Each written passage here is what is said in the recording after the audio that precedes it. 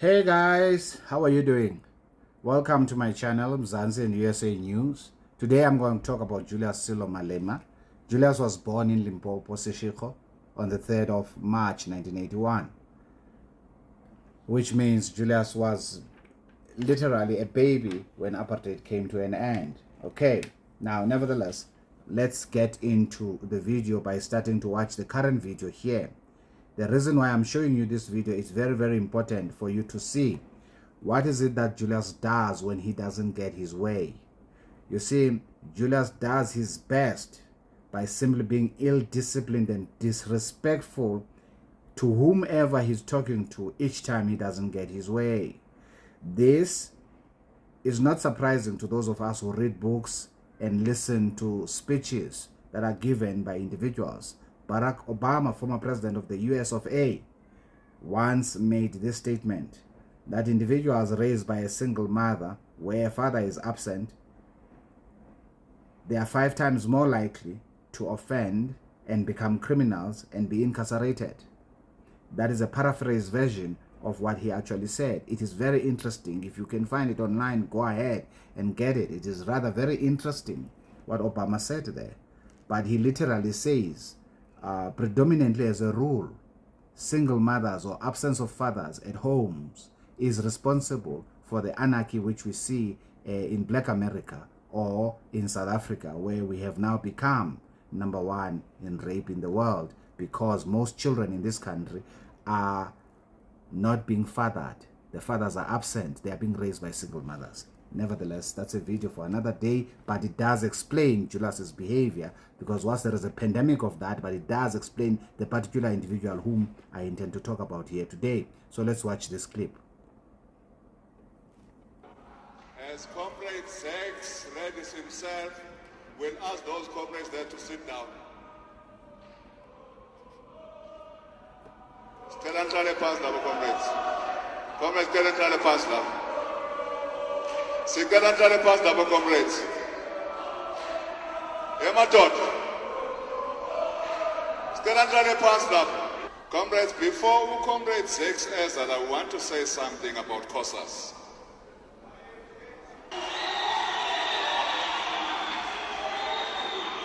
Chief, we would like to say something about COSAS there now. Indeed, we would like the comrades who are in the COSAS camp there to respect this night vigil. We would like you to respect this night vigil, comrades. We can't tolerate what you're doing. We would like you to respect this night vigil. And we would like you to take order there. Allow this service to be disrupted. We'll continue with this service. Can we sit down? And indeed, comrades, can we all sit down? Can we all sit down? Can we request the comrades from COSAS to comrades Panam Nombo? Come here and speak, comrades. We will not allow anybody to disrupt our service. We will not allow that. So this is a night vigil service. And because Julius is not getting his way, you could read his lips what he was saying there. From a young boy, Julius Malema was a rude, rebellious reprobate. You can see that. You can't miss it if you read his lips. What he says there will not obviously proceed from my mouth. The point, though, is this. He has this tendency, and this behavior is consistent up until today. Let's get to another video where Julius was not getting his way and saw a need to use vulgar in speech to get his way. Let's go. Honorable Speaker, I don't know whether members want to play politics. Firstly, people every day say something about President Zuma in this country. Should I stand every day, take everybody to court? You say a lot of things about me. Should I do so? If I were You to can do take so, me to no, court. You can, Sakuluma. no, nami ngiyakhuluma. He's answering This is you, not your house. Honorable Ngathi ngiyakhuluma Malema. ngathi usendleni yakho. Point This is not your Honorable house. Malema, This is it's not Parliament. your Awuna turn. ngisakhuluma mo. Honorable Ngisakhuluma yini? Malema. Rakhuluma le Point of rina mo. order. Honorable Everyone Malema. speaks here. This is the our house. question. No, Yes, you Honorable can- Malema, you You have can asked take your action question. against me. You can take action against me.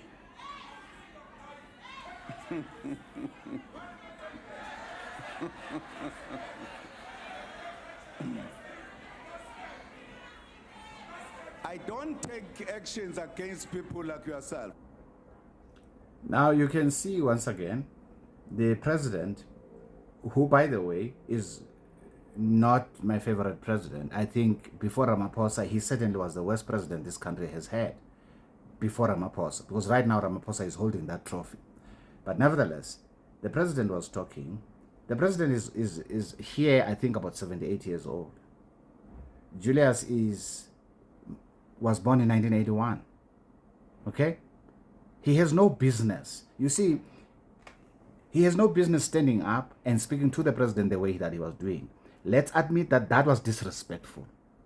Now, you can disagree with your parents, with the elders, without being disagreeable and still register your point across.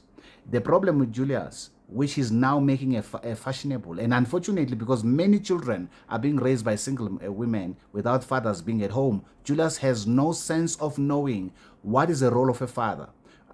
When a father figure is standing there speaking, Julius thinks that he can just pour water on that and that's it, and that is acceptable and will raise a very good society. No, there's no society that can flourish with that attitude.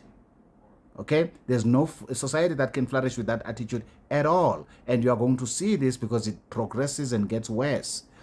His behavior, once again, can be easily traced from his grooming, how he was raised. He is not a leadership material, okay? Because clearly, whoever... Now, are there children who are an exception to the rule? Of course, for every rule there are exceptions. There are children who are raised by single mothers who are outstanding citizens. It's such that Julius is not one of them. Julius is in that definition that Obama was talking about, that they are 5 times more likely to offend and become criminals. And you are going to see what I'm talking about in this same video. Let us proceed. Let's see another video where he behaves within the character class defined by both psychologists and politicians all over the world of individuals who lack self-respect and self-restraint. We will peacefully ask you to please leave the chamber. Yes, I'm going to do exactly that. All I'm saying is that you are so prepared to chase people who violate the rules and keep a man who violate the constitution. Honorable Did you guys hear that? Baleka Mbete is asking them to leave the house peacefully. Why? Because they violated the rules. Does Julius disagree with that? No. He is saying that you're so intent or hell-bent on chasing people who violated the rules. Do you see that? So Julius believes that it is okay to violate the rules. Rules were meant to be broken. Can you see that? He is not disputing that they violated the rules. No, he accedes to that, but hell no, you can't chase me out of here for violating the rules. Only children that have not been raised properly behave like this as adults. Now, this is no longer cute because he's not a child anymore. Can you see that? Let's watch it a little bit further. You are Malema, prepared to chase out Honorable people Malema, who are protecting the constitution please in the name of the rules. leave the If there is chamber. anyone who must leave, Honorable it's this Malema, one. leave the chamber. I'm not going anywhere. I'm elected here. We will assist you to go. Wait. We will assist Let me you to tell go. you, wait. Because what one I'm thing saying. Speaker, we would like you to assist That's us. what Did you see that when he stood up initially, he said he was going to leave. But now he's saying he's not going to leave. He's acknowledged that he's violated the rules, but he doesn't want to leave. Now, his next rant has absolutely nothing to do with Parliament, but further evidence of what a person like him does when they don't get their way. They will go ad hominem on you. Listen to this. That's exactly what made you not to be a candidate of the Women's League. Exactly that. Your conduct has failed you to be a candidate for president because you are irrational, you are impatient, you are partisan. Even your own people have dumped you. After they told you you are their candidate, you went home to do point of telling order. ancestors you are going to be a president. After that, they dumped you because Point of this order. conduct. Yeah. Exactly this conduct. How do you change? This is a normalization of rudeness. This is a normalization of rebellion.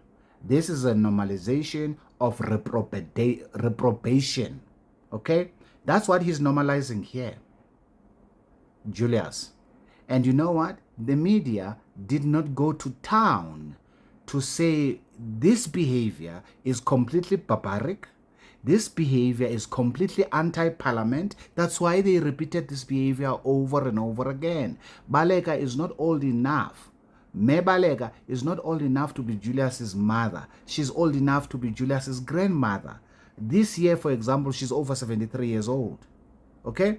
This is very, very important for people to understand that we as Africans have been taught that every elder in the room is an equivalent of your father. Therefore, when you disagree with elders, there is a way in which you do that, and the intention is not to embarrass them. You make a point. So when you look, for an example, at political parties, Julius's point here is completely invalid. Why? He did violate the rules of parliament. He was being asked by a chairperson who happens to be old enough to be his grandmother to leave the house. What does Julius do? He attacks this woman about things which have never been established to be true or false. And this is nothing but gossip mongering. And this person, South Africans want to believe that he's a leader.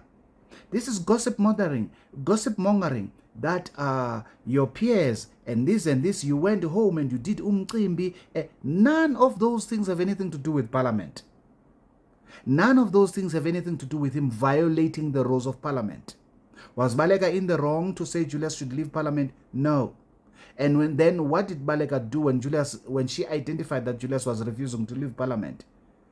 She went further to indicate that we will assist you if you don't want to leave, because that's a protocol of parliament. And then what does Julius do when he can see that things are not going his way? He does what? The child in him that was raised without authority. He has no regard for authority. You can't have such a person being a leader of anything. All of us who are in management, in senior management, we're trained. We're trained to respect authority, one, by our parents first and foremost. And we're trained that even that, though we are senior managers, though we have people who are older than us who report to us, we treat those individuals with respect and with dignity. That those individuals will always praise our professionalism. Even if we gave them a warning letter, they would not be saying we were disrespecting them, because we would put that in such a manner that they understand why we had to give them a warning letter according to the rules that governs all of us, which they have violated. In this case, Julius has violated the rules, but he doesn't want to leave. And that's a leader. No, that's not a leader. That is nothing but a rebellious character, which should not be praised by anybody, good people. I had promised to do a video on Julius Malema, but I figured out just to do a video that talks about his corrupt activities is not enough. Let's start by his flawed character, because his character is thoroughly flawed. If South Africa wants to look like these countries in Africa that are permanently in war, this is what they will elect for a leader. This boy. Okay? Now, of course, he's much, much younger than myself. So I can literally call him a boy, because I'm saying this because somebody asked in one video where I referred to Julius as a boy. Why a boy? Question mark. For sure he is. That has nothing to do with his manhood. Doesn't mean I don't respect him as a father, but I can still make that statement in the same way Zuma could call me a boy, because I'm much younger than Zuma. That does not mean I'm not a man. That does not mean I'm not a father. Nevertheless, that's a by the way. Let's proceed. Let's proceed. Let's get to another video where Julius is demonstrating this character, this inbred character of rebelliousness that is in him. Let's continue. This is African Parliament of all places, and his behavior doesn't change. Check this out. Once again, it's not a parliamentarian. It's a member of staff who contracted COVID-19. The parliamentarians are alive, they are well, they are in... Parmi nous ici, les élections auront lieu. On va pas accepter... will take place. There's no reason whatsoever for us to postpone the elections. Thank you.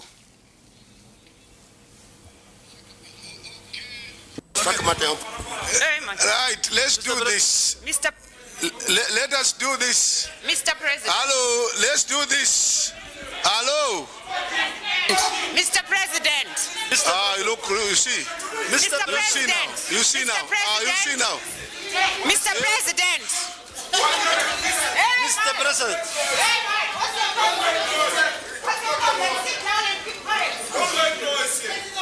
No, you can't do this.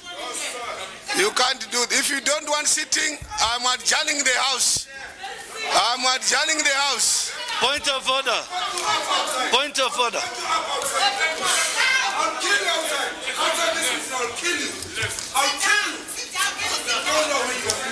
Point of order. And that is a leader promising to kill a member of parliament outside. Take a deep breath. Think upon this. This is your leader promising to kill. He is there by reason of representing this country. And he is there making promises to kill somebody simply because he disagrees with him. There is nothing Pan-Africanist about that behavior. Julius is not a good leader to be followed by anybody. Okay, he's not a good leader to be followed by anybody. Let me show you a last video that talks to his character so that we can quickly go through to his financial behavior. Let's go to one more video, as I said. This video by courtesy of this popcorn and mushrooming political parties in Zimbabwe, they will never find friendship in us. They can insult us here from air-conditioned offices of Santen. We are unshaken. They must stop shouting at us. They must go and fight for their battle in Zimbabwe and win. If they've got ground and they are formed on the basis of solid ground in Zim, why are they speaking in Santen and not Mashonaland or Matabeleland? There's nothing Santen in Zimbabwe. Now, the reason why opposition parties in Zimbabwe were sitting in Santen is because Mugabe had pulled some dictatorial tendencies, some sort of an apartheid state in Zimbabwe, where if you were an opposition party, you were jailed, you were incarcerated, you were beaten to a pulp like we saw with Morgan Tsvangirai, you were even killed. The police force and the army in Zimbabwe was brutal. Ask Zimbabweans, they will testify to that effect. That is why most opposition parties in Zimbabwe, to this very day, during Mnangagwa's term, they are still in exile. Why? Because they have a tendency of disappearing and losing their lives. Julius knows all of this. But he is asking why are they staying in Santen to voice their opinions if they are well-founded in Zimbabwe on good principles and they have support. Well, for the same reason why PAC, ANC, AZAPO, Black Consciousness were abroad during apartheid, because they were banned, so they had to go underground. It's the same reason. So there's no logic to that question. But now, for me, that's not even an issue. That issue just simply demonstrate his depth of understanding of the political ground. And you can see he further seeks to justify that statement by his next statement. But then there is a journalist that interjects, I want you to follow the chronology of events, or rather the sequence of events, so that you do not miss the fact that the journalist is asking a correct question, and then because he cannot answer that question based on his assertions, then he must revert back to what? Number one is right? There is a saying that rule number one is that I'm right at all times. And if you have a disagreement, rule number two is, if you have a disagreement with me, refer back to rule number one. That is Julius Malema's attitude. I want to repeat that slowly for those who are slow, because I perceive that's exactly the group that supports him in the EFF. Rule number 1 of dictators is I'm right at all times. So whatever I say is correct. Rule number 2 is if peradventure you think for yourself and you dare disagree with me, please refer to rule number 1. Can you see that? Now listen to this. There's everything about the Zimbabweans. Let them go back and go and fight there. Even when the ANC was underground in exile, we had our internal underground forces fighting for freedom. And we have never spoken from exile. You see, let me tell you, before you. He just said we've never spoken from exile. He's lying through his teeth. Thabo Mbeki, Jacob Zuma, I can give you a whole long list. Raid of Freedom was the ANC, what you call Sabelo Palmer from PAC. They smuggled information into this country speaking from exile. Or Artambo. All our leaders, they spoke from exile. So whilst he is saying, during the apartheid era, whilst we had people in exile, we had underground movement here, that does not nullify Zimbabwean leadership being in South Africa. Who said they didn't have their underground movement there? It gives him no right to speak as though he has authority to tell them to go back to Zimbabwe. Imagine the Queen telling O.R. Tambo to leave England at the height of apartheid and come to South Africa. Imagine that, as Mugabe telling the ANC at the height of apartheid to leave Harare and the camps in Zimbabwe to come to South Africa to speak over here.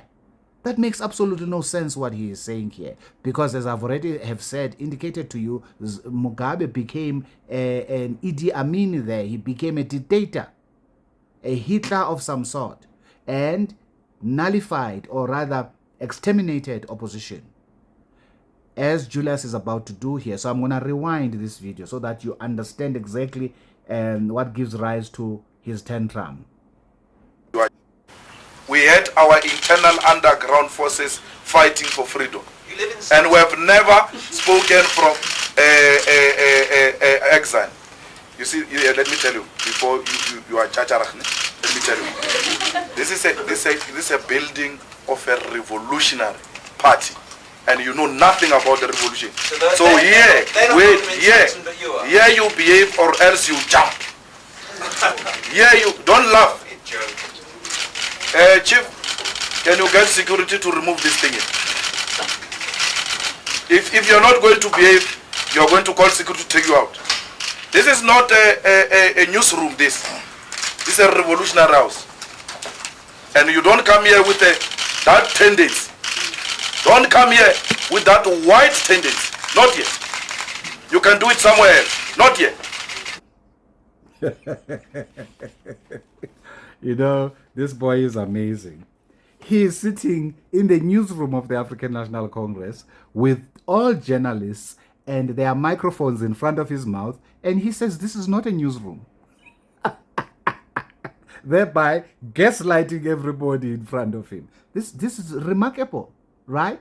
Nevertheless, did you see that he never answered the journalist as to why is it that he, remember this is a British journalist, meaning he knows our history. He knows Thabo Mbeki, the Jacob Zumas, the Oliver Tambos, and their spouses, that is O.R. Tambo, were exiled in England. And they were protected from the government of apartheid, just abducting them from there and bringing them to South Africa or killing them. So he knows that. So then he's asking this question from that point of view to say, but wait a minute. They stay in Sentin, you live in Sentin, what's wrong with that? Instead of Julius answering it, well, the reason why Julius did not answer this appropriately is because he had no comeback to that. That's why then he had to go ad hominem and attack the person and revert back to rule number 1. I'm right all the time in an event that you dare to think on your own, you do the moronic thing called thinking for yourself, refer to rule number 1. By the way, that's rule number 2 that I'm telling you about now. Rule number 1 is I'm right at all times. Julius believes that lie. And then rule number 2 is in an event you dare think for yourself, please refer to rule number 1. Can you see that? I'm emphasizing this because I understand that there's a group of individuals who belong to the party that Julius has now formed, who think that Julius can do absolutely no wrong. I'm showing you here the character of the individual and how Julius is faulty to a point of no decimal. He shouldn't be a leader in any self-respecting, educated individual. That is why, for example, Julius does not like the middle class, because the middle class went to school. And he rather go ad hominem on them by lying and creating out of us, even though we fought against apartheid, and creating a propaganda machinery, which now the EFF members believe. They now believe that a Freedom Day revolutionary like Julius knows more about fighting against oppression than those of us who fought against oppression. How can you imagine that? It's no different from what is happening in America, when black Americans will accuse anybody who is showing them that you are not under systematic racism anymore. Then you know what they would say? They would call the person an Uncle Tom. That's exactly what Julius is doing. It's called race hustling. He's aggravating people based on their race, and he's using a race card quite a lot. And this activity is no different over here between him and Fisher. He failed completely to answer Fisher, and so he went ad hominem. Okay, now that's the second last video on Julius's character. Then I want us to go. I said it's a second last video. Let's go to the next video, and I think the next video to which we are going is the one that is the second last video. My blood is black, green, and gold. I will never form a political party. Neither would I take a poster that seeks to oppose the African National Congress. I will never do that. I will die ANC. I don't need a card to be ANC. I'm born African National Congress. I will die African National Congress. Did you guys hear that? Did you hear that? What did he just say?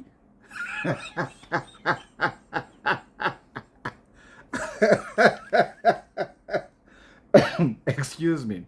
But obviously, you have to really be confused to believe that you should be voting for the EFF after you've heard the young man saying what Julius said here. He says he will die an African National Congress. He will never form a political party to oppose the African National Congress. You get the point? Yet, we have been trained by our parents and also the education system that we went through and the management principles. Never make an important decision when you are angry. Julius doesn't know that. He went and removed a sitting president, the only president that grew the economy of the country by 5%. And now recently, in fact, not recently anymore, a few years ago, he went publicly to apologize and claimed he didn't know better. Does he know better right now? Are his supporters sure that he knows better right now? Because I'm trying to demonstrate to you that he doesn't know better. Nevertheless, let's go to the next video to show you the character, because I'm simply dealing with the character traits of this individual. This is not a trustworthy person. You cannot take to the bank what he says. He said with himself, in politics, there are no permanent friends, there are no permanent enemies. That is a person who lacks principles and moral clarity. Okay? That's the reason why there are no permanent friends or permanent enemies. Because he doesn't want things like this to come back to him. He wants to say, no, I changed my mind. Of course, you say, morally, I can change my mind about a number of things, but there are things I can never change my mind about because you will regard me as immoral. Okay? I can't change my mind about not abusing my kids, for an example, as a father. I can't change my mind about paying my taxes as a citizen of the country. Okay? I can't change my mind about obeying the law as a citizen of the country. There are things that ethically, morally, you cannot change your mind about. There are things, of course, everybody can change their mind about. But principles, you don't change your mind about them. But again, how is he supposed to know it? How is he supposed to know it? He's a victim of his own circumstances. But what is your reason for supporting him? Are you also the victim of the same circumstances? Whilst I'm at it, I may just point out, without playing the video for you, Julius went and called Helen Zille a cockroach and came out publicly to apologize for calling Helen a cockroach. Then he sued Kenny Kunene for calling him a cockroach. Remember what I said. Julius is a dictator that believes he's always right in an event that is rule number one. Need I explain this again for you? I will not be tired of doing it. He always believes he's always right. So he has a right to call Helen a cockroach. Then he is forced by a court of law to apologize. Then he apologizes. Now that he has apologized, he has a spat with Kenny Kunene publicly, and Kenny Kunene calls him a cockroach. And what does Julius do? He takes Kenny Kunene to court and he sues him for more than R1 million. And you can check the video, it's available on YouTube. Okay? I just don't want to bombard you with all of these videos, but nevertheless, you can check this one out for yourself. That is what hypocrisy is all about. Don't do as I do, do as I say. Any parents that has ever raised children like that, they have hypocrites for children. Now, how can we have leaders like that who say, don't do as I do, do as I say? Then we have the Mapisa Nqakulas of this world, the Palapalas of this world, the Jacob Zumas of this world who steal money from Nkandla. You get the point. Julius is no different from these individuals. He is a milice of the same bag. That's the point. That's the purpose of this video. So, in case you thought that Julius changed since he formed the EFF, I've already shown you his character traits have carried through to where he is right now. Okay? He has changed his mind. He certainly has not changed his character. No, not at all. Not at all. I mean, right now, for example, Julius is in the public domain saying Zuma is welcome to the EFF. Can you imagine that? What was the fight all about? He was saying in Parliament Zuma was corrupt, Zuma this and this and this. So now corrupt members are welcome to the EFF. Yeah, sure, they would be welcome to the EFF. You know why? Because it's not your thought that Zuma was corrupt. He was corrupt. But Zuma is not the only person that is corrupt. And that's the reason why Julius would welcome him to the EFF.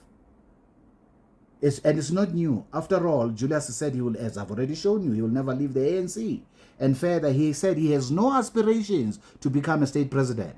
Right now, in case you haven't observed, our entire country is filled by his posters. Trying to be that very president he said he had no aspirations to ever become. What are we to do with this? It's a serious dilemma. What to make of all of this flip-flopping? Simple. Julius is not a man of integrity, and therefore no one in their correct mind should ever trust him with anything of importance. No one in their right mind should ever trust anything that proceeds from his mouth. Now, let's listen to another interview that he did with Deborah Pater, because now I'm entering into his finances. I want you to pay attention to this. Let's go. Let's go. Does HIV cause... When he demands a president be recalled, he's booted out. I remain a member of the ANC and therefore respect its decisions. It is for this reason that I've taken the decision to resign as President of the Republic. And when he backs his ally to ascend to the highest office of the country, that's exactly what happens. From here we are going to Union Building. I, Jacob Gedlehlekisa Zuma. And while the elite mutter and shake their heads around dinner tables, Malema steams ahead. He clearly knows which horse to back and how to get what he wants. Those in power hesitate to take him on. 66 rand 5 cents change. He's the butt of many a joke, derided as a buffoon. But just maybe, the last laugh is on us.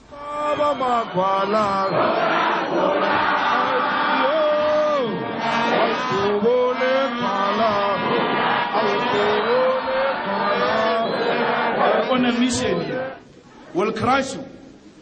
So is Julius Malema just a clown with a big mouth? We decided to put him to the test. The man clearly likes the good life, designer labels and flashy cars. Here, a Guess cap, a Louis Vuitton bag, and a 750,000 rand top-of-the-range Land Rover, something most 28-year-olds only dream of. And of course, an upmarket Sandton home comes with a hefty price tag. Good. So what are his political views? Is he a capitalist, a communist? I'm a Marxist. I'm a Leninist. I subscribe to communism. I'm not a communist. I'm a progressive nationalist. Okay, you figure that one out. Which means what? Which means you are a communist. Aspirant communist. I'm not a communist. I'm still very young. I'm still trying to find myself. But what does it mean to be an aspiring communist? My background dictates my identity today.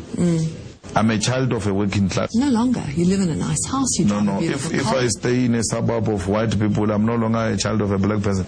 I didn't say you weren't a child of a black person. I said you're no longer a working class person. No, you're saying I'm no longer a child of a working You're no class. longer a working class. I'm a child of a domestic worker. That you can't take away from you, Yes, I agree. But yes. now, you're no longer a working class person. What am I? You tell me. What are you? No, I've defined myself. My being, my loyalty, my existence is informed by my background. My struggle is to liberate the working class. Then surely there's a contradiction with your lifestyle. No, there's nothing I have. How do you define class? Can you define class for me? You define it for me. Class, your identification of a class is your relationship to the means of production. You are either selling your labor or you own. Do you own a house? I don't know. Do I own a house? Yes. So you're a property owner? No, that's nothing. It is. No, for most people, they don't even own a house. Yes, but that's nothing in the bigger scheme of things. It's nothing. I'm not even rich. You see, Tokyo is not the owner of means of production. He's rich. So is Tokyo Sexwale a capitalist? No, it's not a capitalist. He's rich. Oh, it's a big difference. Yeah, It's just rich, it's not a Yeah, capitalist. it's not a capitalist. He's rich. What is a capitalist? The We got that. The owner of the means of production. Yeah, the owner. Tokyo owns nothing. In fact, he's owing Nedbank So he a lot of money. is the working class, He's rich. a rich working class person. Yeah, it's an advanced detachment of the working class. Okay. In terms of accumulation of wealth. Confused? Join the club. Do you see yourself now as the poor or the rich? I'm the poor. In what sense are you poor? I'm the poor by virtue A poor of not. person cannot afford a Louis Vuitton belt. No, by virtue. You see, you are being narrow and being very petty. If you are going to define. This is an insult to poor people. That wristwatch that Julius is wearing there was worth 260,000 rands. He's wearing a Louis Vuitton belt which costs nothing less than 8,000 rands. And he says he's poor. That's an insult to poor people.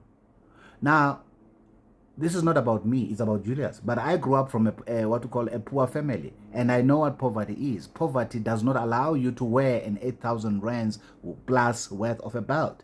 So he may have grown out poor. For example, I don't classify myself today as poor. But the point is this. He may have grown out poor in the sense that he was raised by a domestic worker. But he's not poor. Nobody who's poor stays in the house that you just saw. Nobody who's poor drives the car that you just saw. Nobody who's poor wears the clothes that he's wearing here. Can you see that? And that's the truth. The journalist is on point here. But listen to his race hustling answer. Listen to this.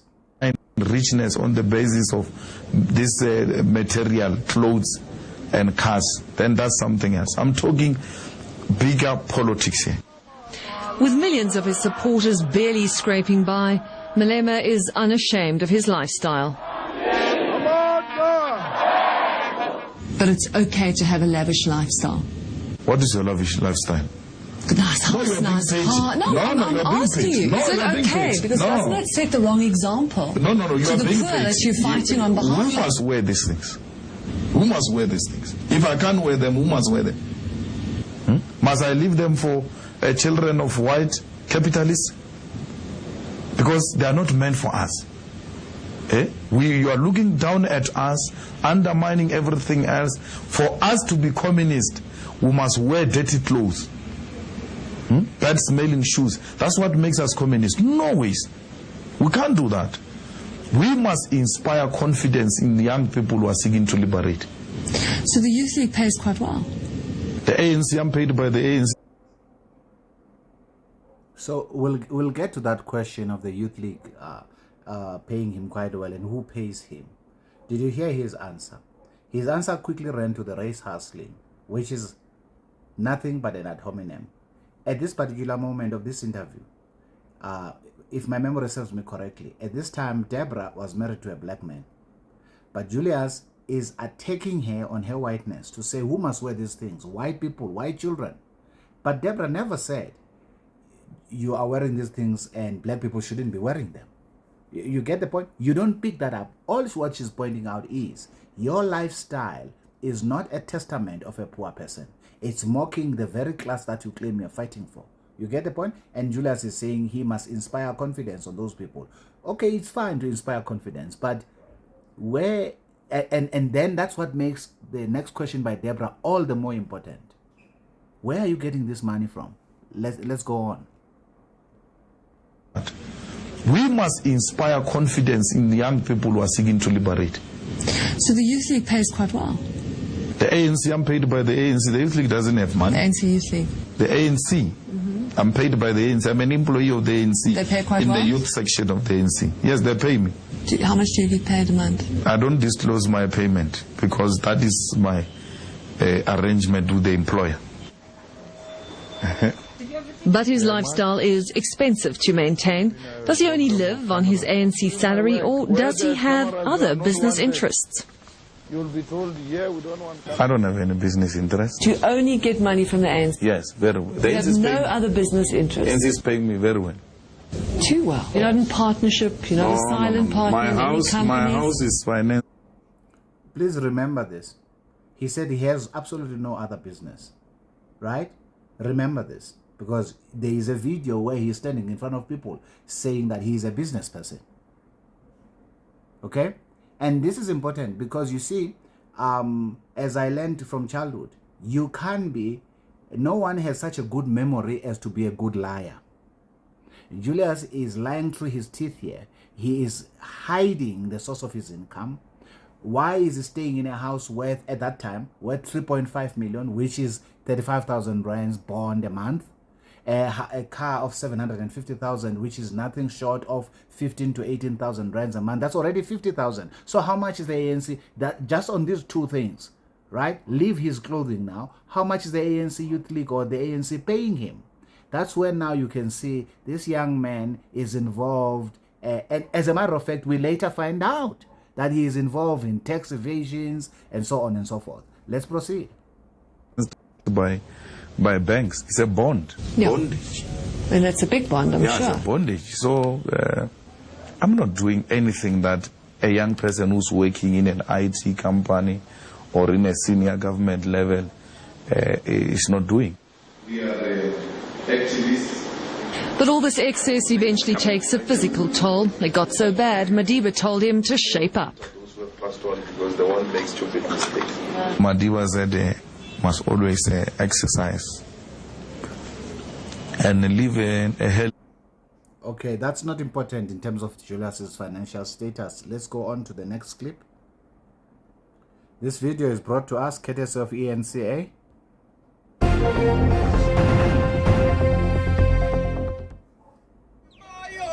In 2011, Julius Malema admitted he was living large on borrowed money.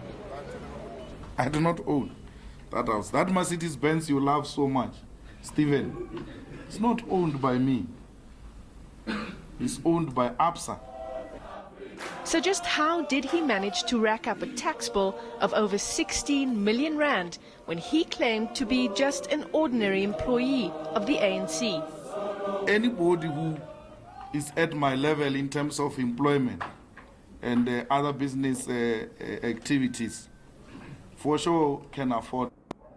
Did you hear that? Did you see his posture psychologically? Did you understand what does it mean that he's lying through his teeth to these journalists? And none of them pushed back. He's saying anybody who's at my level of employment and business activities, the same business activities he denied with Deborah having. Do you see that? Hence I said you can't have such a good memory as to be a good liar. Let's proceed.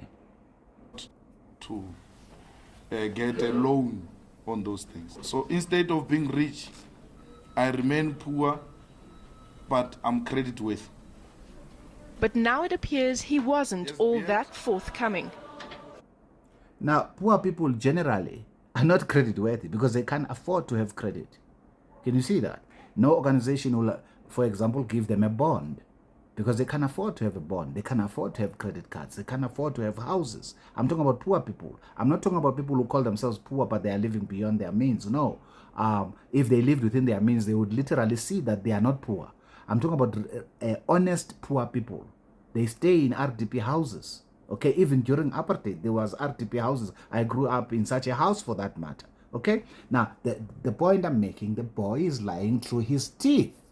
And these lies, he gets away with them by dropping jokes here and there, and journalists not pushing to say, but wait a minute, you said this on that day, we can play a clip for you. What did you mean? What do you now mean when you say you have a business? What exactly is your source of income? How come you owe SARS 16 million? Do you understand that for you to owe SARS, and by the way, it increased from 16 million to 32 million. For you to owe SARS 16 million, SARS taxes businesses, assuming that he had a legitimate business, at 28%. So you take the 16 million that Malema owed SARS and you divide it by 28% to get a clear understanding of how much Julius had at his disposal. And I'm going to do that exercise for you to see. And then you ask yourself, but where did he work? And stop lying to yourself. He's not entitled to steal our taxpayers' money. We have been paying tax by and living through our brow and sweat, and he somehow cut corners, as Tuli Madonsela pointed out in her report, which you must go and read before you ever consider to vote for an EFF. Do not be lazy to read. Otherwise, you will vote Fidel Castro into power in this country. The South African Revenue Service believes Malema is a multi-million rand tax dodger and has turned to the courts to get what it's owed. If the SARS application succeeds, all Malema's properties will be placed under curatorship and be auctioned off to cover his debts. That includes a house, farm and small holding in Polokwane and this mansion, which is still under construction, in Sandton. Papers submitted to the High Court show how Malema provided conflicting explanations for his financial affairs.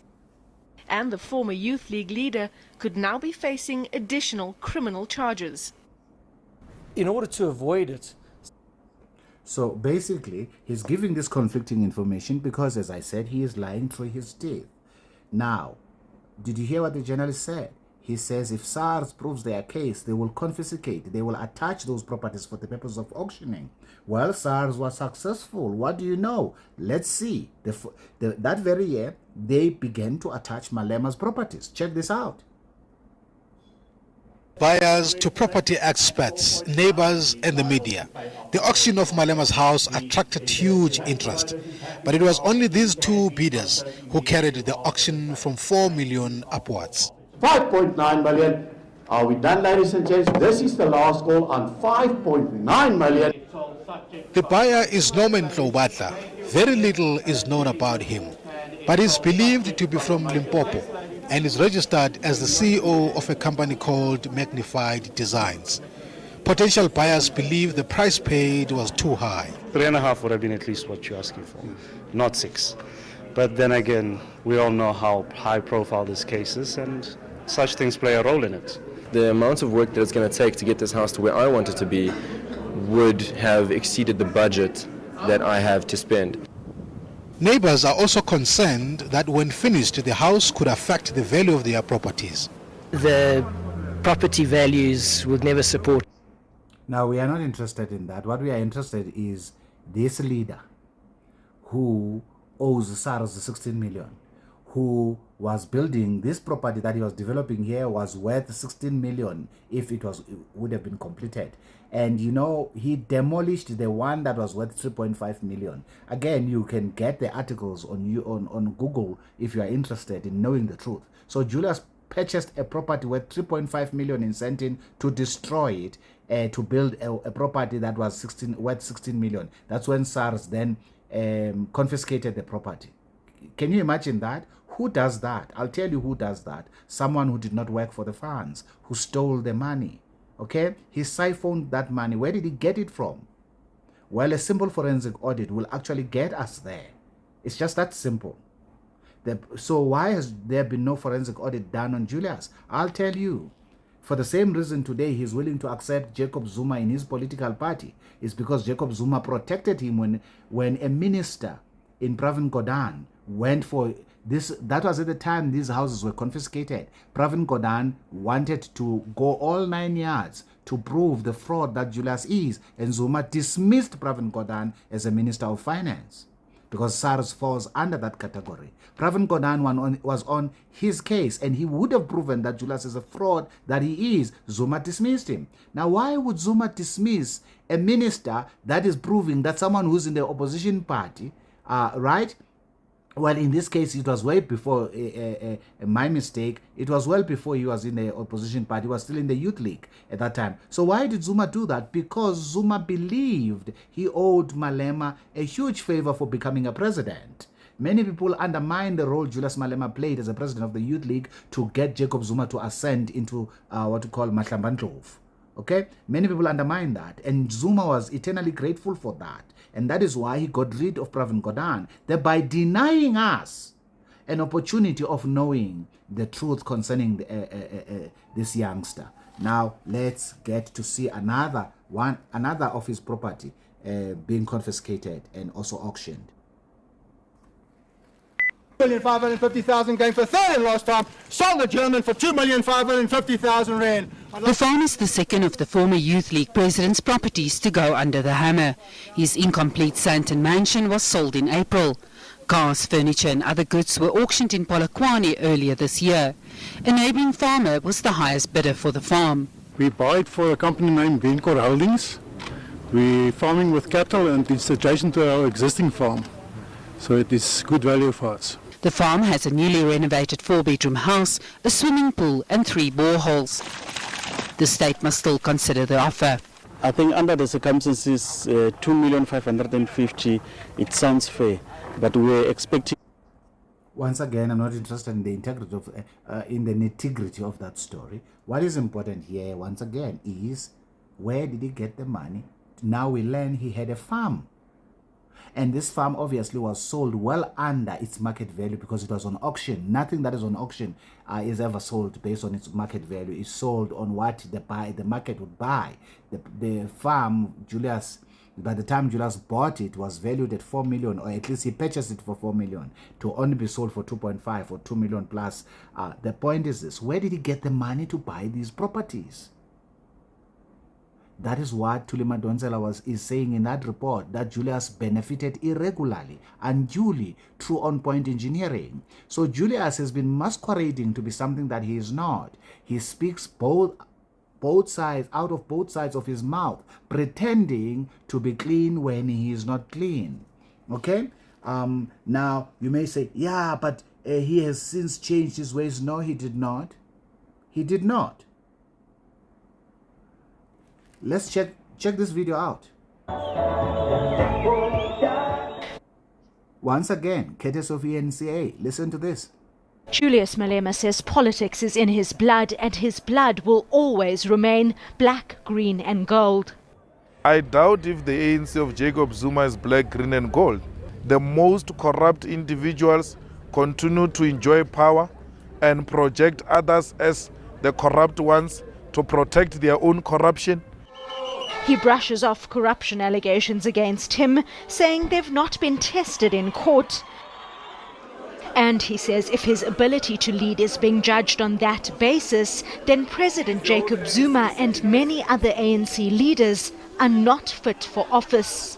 If people with allegations are not going to be voted into power, then President Zuma is not qualified also. He must also step aside.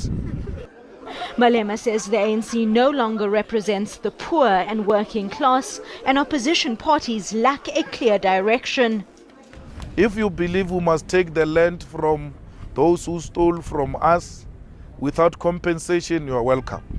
If you agree that we must nationalize, you are welcome. If you agree that we need free education, you are welcome. So our policy positions are clearly articulated. We are radicals, and we don't want people who are scared of whites, because many people are scared of white people. So if you've got that phobia, stay at home.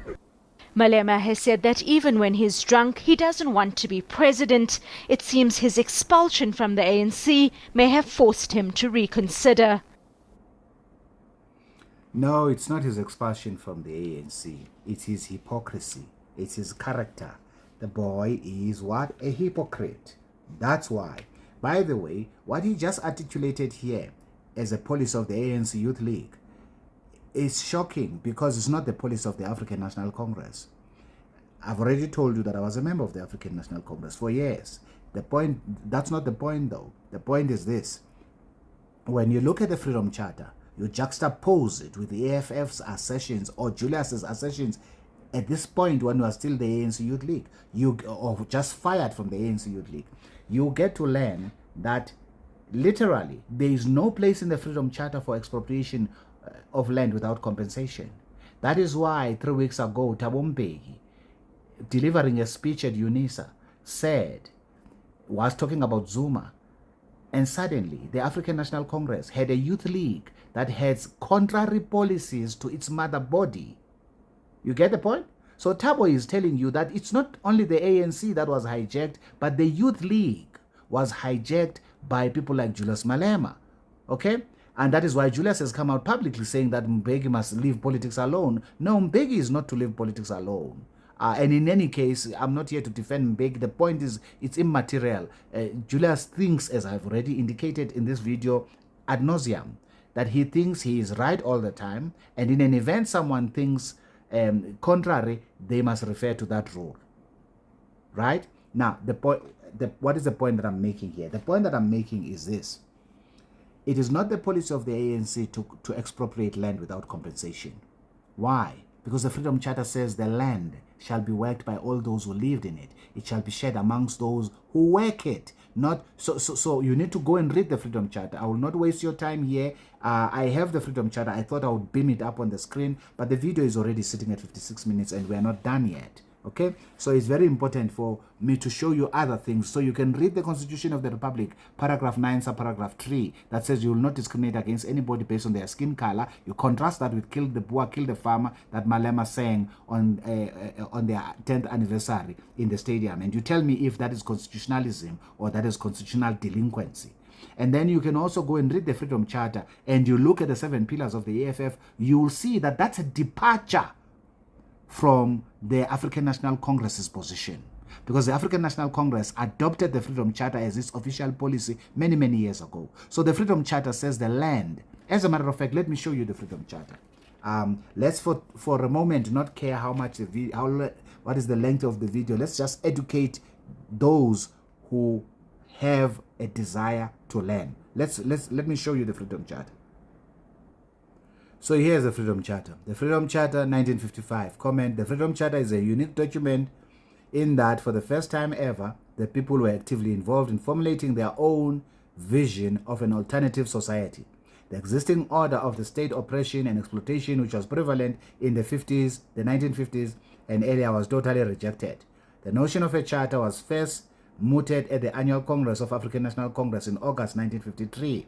Prof. Z.K. Matthews formally suggested convening a Congress of the People, COP, to draw up the Freedom Charter. The idea was adopted by the allies of the ANC, the South African Indian Congress, the South African Colored People Organization, and South African Congress of Democrats. The Congress of the People was not a single event, but a series of campaigns and rallies, huge and small, held in houses, flats, factories, kraals, on farms, and in the open. The National Action Council enlisted volunteers to publicize the Congress of the People, educate the people, note their grievances, and embark on a 1 million signatures campaign.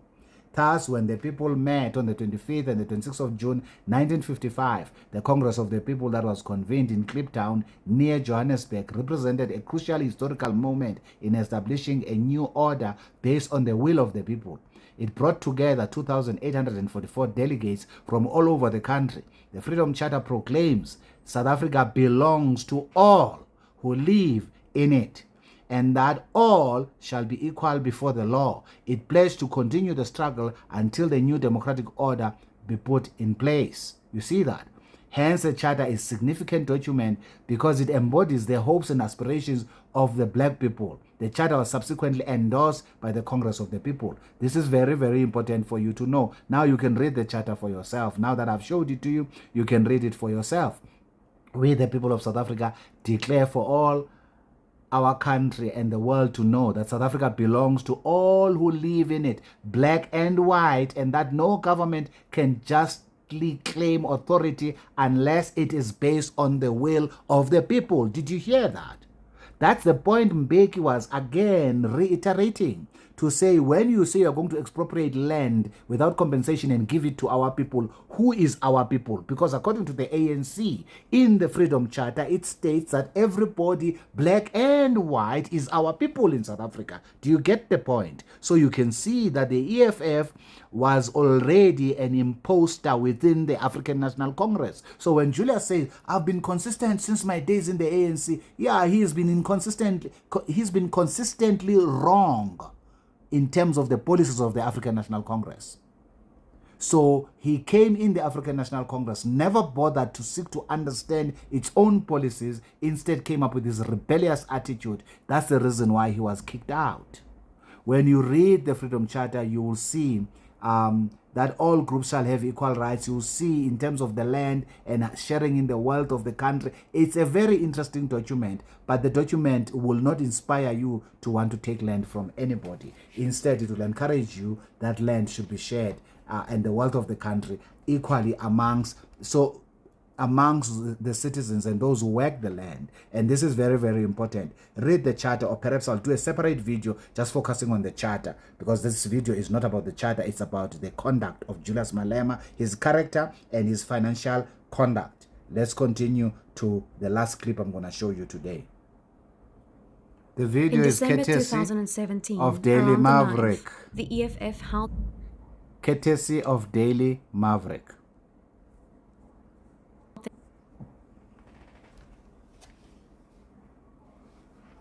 In December 2017, around the 9th, the EFF held their Central Command Team meeting in the Johannesburg region. Scorpio's data shows that, on this evening, the Mahuna Investments bank card follows Malema to Sandton City restaurant, Wine on the Square, where he spends 8,400 Rand in stolen VBS money. By this time, Schameka Projects has paid 4.3 million in money robbed from VBS into Mahuna Investments. 3 days later, Malema speaks to the EFF SRC meeting at a hotel in Johannesburg. On the same day, the Mahuna Investments bank card paid for a Sandton City shopping spree at Checkers Hyper for close to 300 Rand, Gucci 9,900 Rand. Okay, I'm not sure why is the video not moving. I'm going to start it again, and hopefully this time around it will be moving. In December 2017, around the 9th, the EFF held their Central Command Team meeting in the Johannesburg region. Scorpio's data shows that, on this evening, the Mahuna Investments bank card follows Malema to Sandton City restaurant, Wine on the Square, where he spends 8,400 Rand in stolen VBS money. By this time, Schameka Projects has paid 4.3 million in money robbed from VBS into Mahuna Investments. 3 days later, Malema speaks to the EFF SRC meeting at a hotel in Johannesburg. On the same day, the Mahuna Investments bank card paid for a Sandton City shopping spree at Checkers Hyper for close to 300 Rand, Gucci 9,900 Rand, Louis Vuitton for 11,100 Rand, and Total Sports just over 1,000 Rand. When Malema left for Seshego and Polokwane to celebrate Christmas and New Year in his hometown, the Mahuna Investments bank card follows. On the eve of the festive season, Malema spent 13,529 Rand in VBS money on Pick n Pay, Truworths, Edgars, and Spitz in Polokwane. In the first half of 2018, the Mahuna bank card records almost no point of sale transactions, but for a 1,887 Rand payment at H&M in Sandton City. This sale is recorded about 5 months after EFF members attacked H&M mannequins on the back of their leader's instigation. July 2018 is the same month panicked VBS depositors attempted to extract their money from the bank's Thohoyandou branch. Malema spent a total of 900,000 rand in VBS money this month, utilizing internet and point-of-sale transactions. On 3 July, Malema spent 20,400 rand at the Gucci store in Sandton City, using the bank card linked to the Mahuna Investments account. Days later, on 6 July, a payment of 10,860 rand is made at Durban events venue, The Warehouse.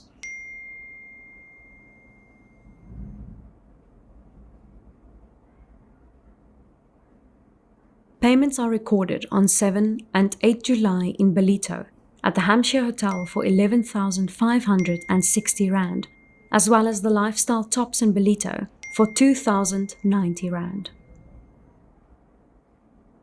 On the 9th, the card was used again at the Montrose Garage, close to Harrismith in the Free State for what seems to be a 1,000 rand fuel purchase. Harrismith is located on the route between Durban and Johannesburg. During the same month, Malema travelled to Northwest to take part in the land debate in Vryburg, Mmabatho and Rustenburg.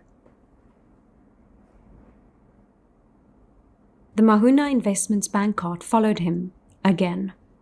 On 17 July, Malema pays what seems to be accommodation for 2,920 rand in Christiana, and later that day buys food for 149 rand at Nando's in Vryburg. The next day, he makes a 831 rand purchase at a pharmacy in Mmabatho.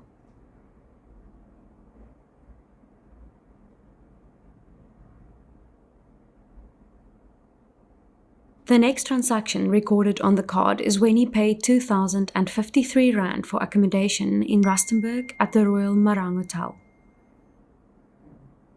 The Mahuna Investments bank card followed Malema to Cape Town too.